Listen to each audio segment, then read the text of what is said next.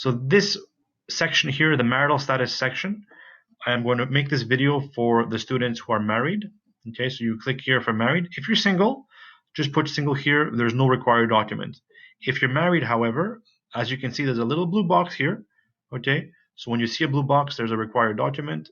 So far, you have to give your translated birth certificate, permanent resident card, both sides, or landing paper, and your CSQ.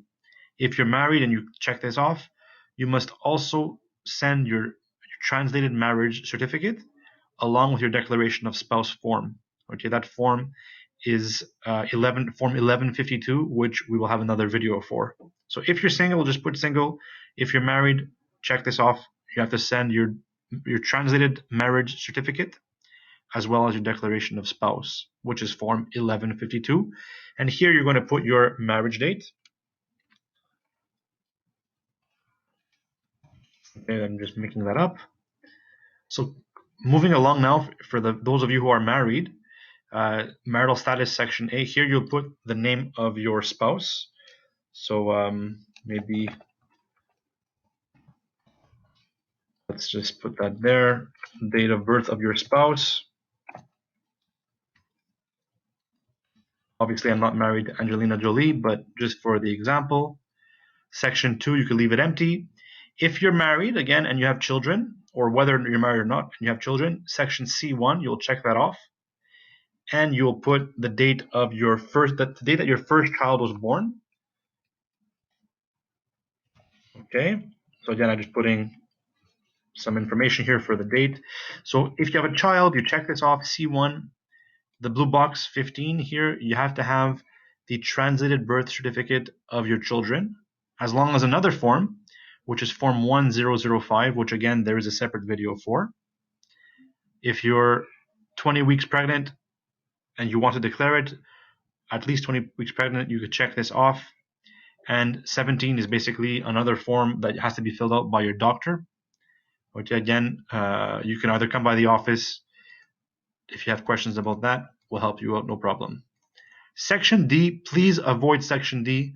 Many of you will be tempted by checking off that you hold a bachelor's degree. Okay, you must have an équivalence from Quebec. So just leave this empty, leave it blank. Don't touch it. Save yourself the headache.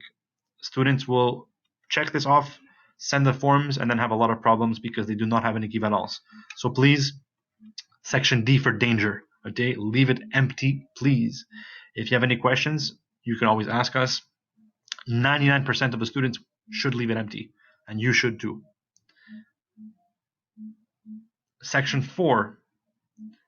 Again, if you're married, you don't need to touch Section 4, because by being married, you're automatically considered to be financially independent.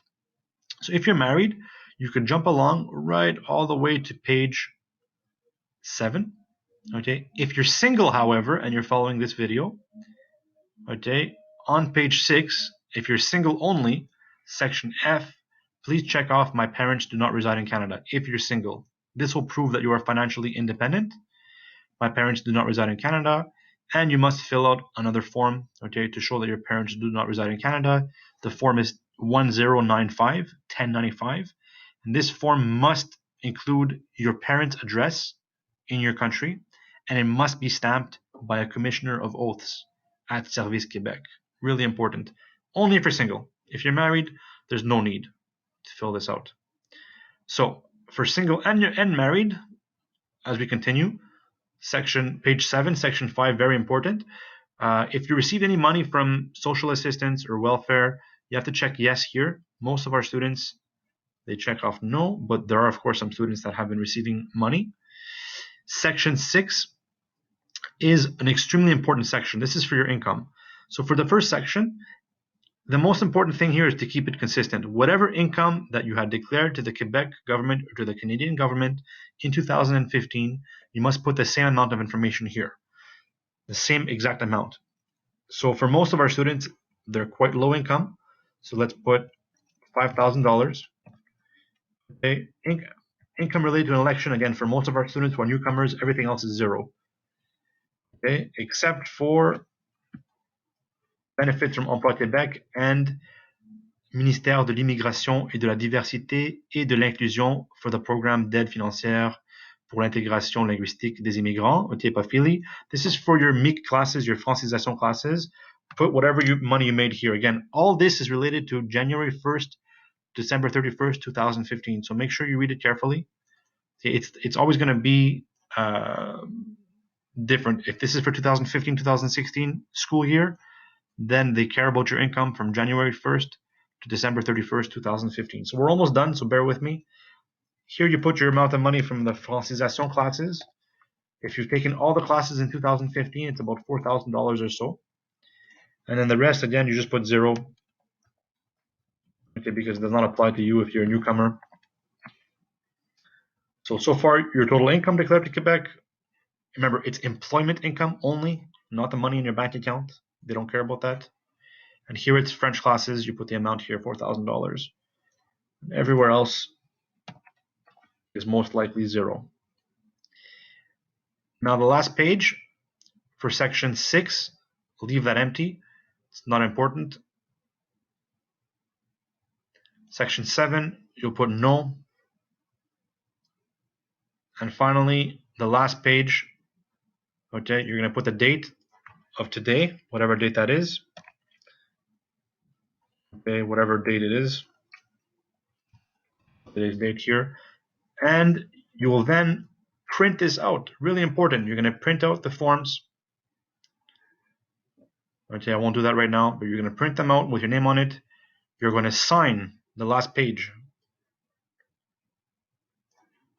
Okay, you're going to make sure that you have all the required documents, that you've watched the rest of our videos, and you will then, once you've stamped everything from Service Québec, once you've completed the forms and passed by our office to double check, you will then send these documents and your supporting documents to Aide Financière aux Études at the bottom of the page here.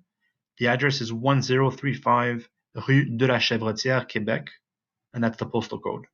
So fold the papers up together in an envelope, stamp it at a post office, and send it off. You will receive a response within 6 weeks from Aide Financière aux Études. The response will be either by email or by traditional letter. And I hope you've enjoyed this video. I hope that's very helpful. And please make sure that you watch the other videos for supporting documents and related forms as well. There are a lot more hints, tips, and tricks that I would love to share with you guys. Again, this is Steve from Académie Érudit, and we offer several courses for newcomers. These courses are all credited by the government, so please feel free to also give me a call at 514-513-4838 if you want some more information about our courses, or you can visit www.erudit.co, erudit.co. Have a good one. All the best.